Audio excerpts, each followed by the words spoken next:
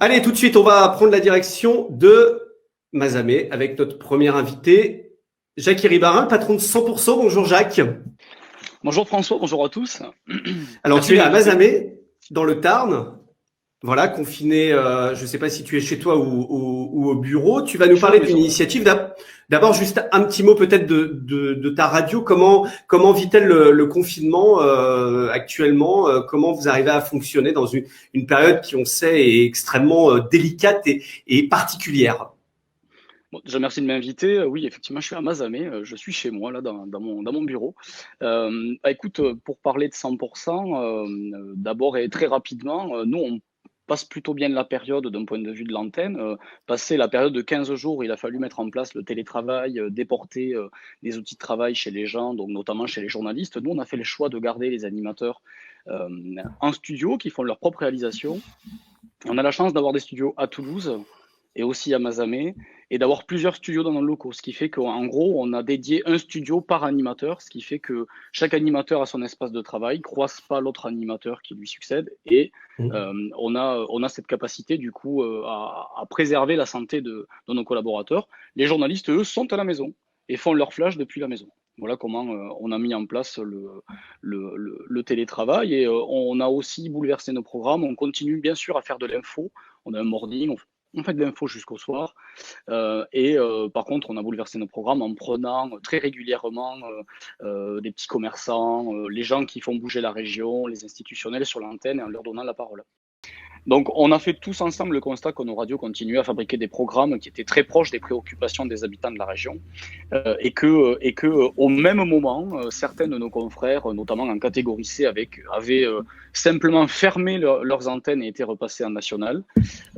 Qu'au même moment, la radio de service public avait aussi décidé de rassembler ses éditions et donc faisait finalement moins de proximité. Je parlais de France Bleu. Et donc, on s'est dit qu'il y avait quand même quelque chose qui était un petit peu étrange dans cette situation, qu'on restait finalement les seuls à occuper le terrain toute la journée, à continuer à fabriquer des programmes, et que quand on s'adressait aux institutions de la région, euh, globalement, on avait l'impression parfois que le travail que nous faisions au quotidien n'était pas reconnu. Donc, on a eu envie de lancer une campagne de communication ensemble, de se grouper et de lancer une campagne en 3 axes. D'abord, le premier axe, il est assez simple, il s'adresse aux auditeurs. On est parti, alors je ne sais pas si tu as les visuels, je les avais imprimés. On s'est dit qu'on Oui, allait tout à fait, oui. s'adresser, Je l'ai, voilà, voilà. je les diffuse. Alors, il y a un On site va web qui s'adresser va. d'abord donc aux auditeurs en leur disant, voilà, vous êtes chez vous. Bah, nous aussi, on est chez vous. Alors, je ne sais pas si tu montres le visuel, mais on est Oui, parti voilà, sur oui. l'idée d'un visuel, en fait, avec une famille autour d'un poste. Et cette com, elle a 3 niveaux de lecture. Le premier, c'est bah, vous êtes chez vous, nous aussi, au travers du poste de radio. Vous êtes chez vous, nous aussi, comme vous, nous sommes confinés, nos personnels pratiquent le télétravail. Et puis, vous êtes chez vous, nous aussi, parce que finalement, nous sommes des locaux, comme vous. Donc ça, c'est les 3 niveaux de lecture de cette campagne. Et on s'est dit Alors, qu'il fallait... il y a, Ouais, il y a un site web qui va être lancé. D'ailleurs, on voit la page d'accueil voilà. de ce site web qui va être lancé dans les prochaines heures, hein. Ce sera www.lesregionales.com, c'est ça? Alors, c'est lesradiosrégionales.com, donc le site web Lesradiosrégionales.com. voilà, qui a été déposé, qui est en cours de publication, donc c'est toujours un petit peu long, mais on l'a publié tout à l'heure, et donc d'ici demain, vous pourrez, je pense, accéder assez facilement à ce site.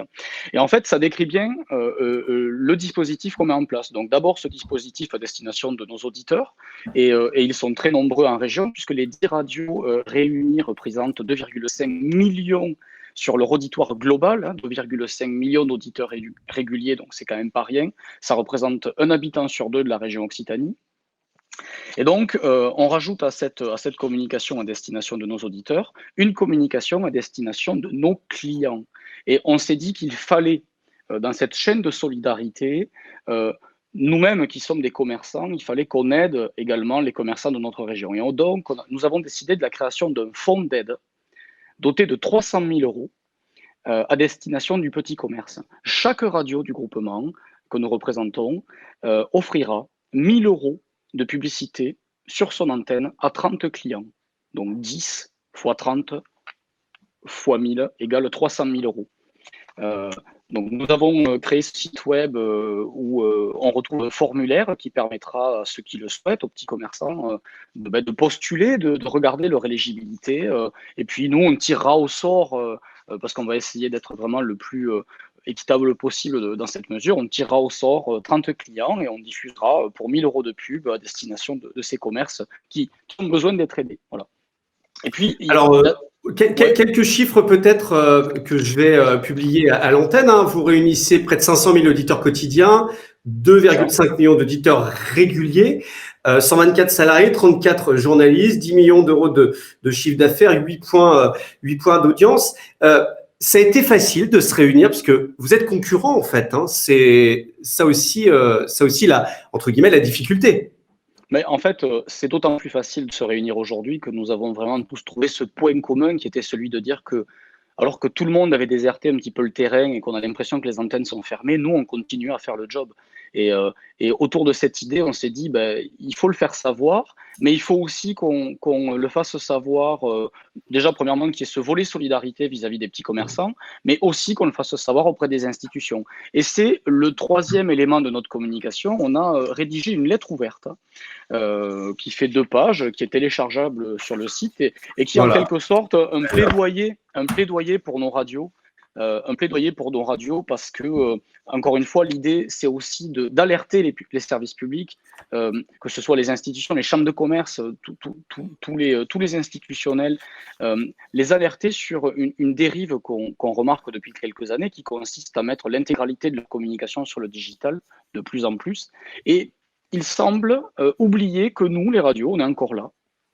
Et sous le slogan où on leur demande de rapatrier les capitaux de la Californie vers l'Occitanie, vous comprendrez ce que ça veut dire, eh bien, on les alerte sur le fait que nous, on est là. Nos entreprises représentent 124 emplois en région et que si ils doivent communiquer, on leur demande de nous réserver ou de nous inclure de façon prioritaire dans leur plan de communication. Chose qui n'est pas forcément évidente aujourd'hui. Tu n'as pas ce document, mais j'ai téléchargé un document de la Chambre de commerce d'Occitanie qui explique comment vendre en temps de crise. Et sur la dernière page, j'ai surligné le nombre de fois où le mot Facebook est utilisé. Je ne sais pas si vous le voyez. En fait, c'est 1, 2, 3, 4, 5, 6 fois et 2 fois Google. Okay. Alors, moi, j'entends, hein, je ne suis pas là pour vous dire que le digital n'existe pas. Nous-mêmes avons des sites et publions, utilisons les réseaux sociaux, mais on en appelle à une forme de patriotisme économique de la part des institutions. Il n'est pas normal, alors que nous représentons 124 emplois, nous avons une audience, nous continuons à faire le job d'information et ils nous sollicitent, ils sont à nos micros, ils parlent. Il n'est pas normal qu'au moment de communiquer, leur communication soit pratiquement à 90% digitale. C'est pas normal. On existe. Nos entreprises sont des PME territoires qui créent de la richesse et des emplois. Et on demande à ce que prioritairement les investissements publicitaires aillent plutôt vers des PME locales. Et il y a un exemple, c'est le Canada. Si vous cherchez sur le web, vous allez trouver quelque chose qui est très intéressant. Le gouvernement de Trudeau vient de voter un dispositif dans le cadre des campagnes gouvernementales de rééquilibrer l'achat vers les entreprises, mais même des entreprises du digital, mais les entreprises spécifiquement québécoises, canadiennes. Là où le ratio était de l'ordre de 10 à 20% d'investissement sur le digital, ils ont conservé que 2% d'investissement pour Google et Facebook.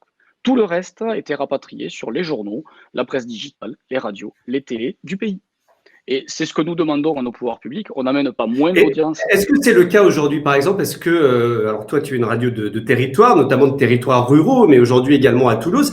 Est-ce que quand vous allez voir les communautés de communes, les conseils départementaux, conseils régionaux, est-ce que c'est un argument que vous arrivez à faire passer? Qu'est-ce qui vous répondent actuellement? Non, parce que en fait, l'argument, on le fait passer, on plaide évidemment, mais souvent il est considéré comme un argument commercial et dans une sphère globale d'achat d'espace, les institutionnels passent par des agences. Les agences médias, je ne sais pas si je ne vais pas rentrer dans le détail de la loi Sapin, mais les agences médias ont tout intérêt à plutôt pousser le digital par rapport à des médias plus traditionnels parce que la loi Sapin ne parle pas de digital. Et il n'y a pas de transparence sur les prix. Donc, quand une agence propose une stratégie, elle va mettre beaucoup de digital parce qu'elle peut faire des marges qu'elle n'est pas obligée de montrer. Ce qui n'est pas le cas des médias plus traditionnels comme la radio ou la presse, qui sont inclus dans la loi Sapin et où vous êtes obligé de montrer vos marges. Bon, donc je ne vais pas rentrer dans ce détail, dans cette discussion, on parlait de dérive, et c'est une dérive au fil des ans, qui fait qu'aujourd'hui, en période de crise, nous sommes bien là sur le territoire, nous faisons le job, et les investissements publicitaires, on a plutôt l'impression qu'ils partent ailleurs, alors qu'on est là. Et nous, ce qu'on demande, c'est un rééquilibrage. Et on en appelle à une forme de patriotisme économique, et je crois qu'en ce moment, on en a besoin. Est-ce que les chiffres qui viennent d'être donnés là sur l'écoute de la radio en ligne, qui concernent aussi pas mal de radios régionales, les chiffres demain qui sont publiés par Médiamétrie montrent, contrairement à ce qu'on aurait pu croire, que les gens continuent d'écouter la radio, même en cette période de confinement. Est-ce que c'est de nature à te rassurer, toi et tes confrères, sur le fait que même dans des périodes comme ça, où on prend moins la voiture, on prend moins les transports, l'appétence pour la radio demeure importante, alors qu'on pensait que ça allait plutôt bénéficier à la télévision et au digital? Alors, en fait, on le ressent vraiment sur nos antennes parce que on a gardé, même si on a une partie du personnel en chômage partiel, on a quand même gardé des fonctions d'accueil, par exemple, et de gestion de standards. Et on se rend bien compte que les niveaux d'appel sont les mêmes, que les sollicitations que nous lançons à nos auditeurs sur les jeux, sur l'interactivité, sur posez-nous une question, racontez-nous votre journée, ces questions-là trouvent autant d'écho qu'avant. Il n'y a pas de baisse. Puis si vous vous promenez un petit peu ailleurs sur le web, vous allez vous rendre compte que dans tous les pays du monde, je crois que c'est un habitant sur deux sur la planète qui est confiné, toutes les statistiques démontrent qu'aujourd'hui, un média comme la radio est encore un média extrêmement consommé et utilisé même en temps de confinement. Eh ben merci Jacques, je viens d'afficher sur l'écran d'ailleurs le site web qui va être ouvert dans les prochaines heures, hein, www.lesradioregionales.com.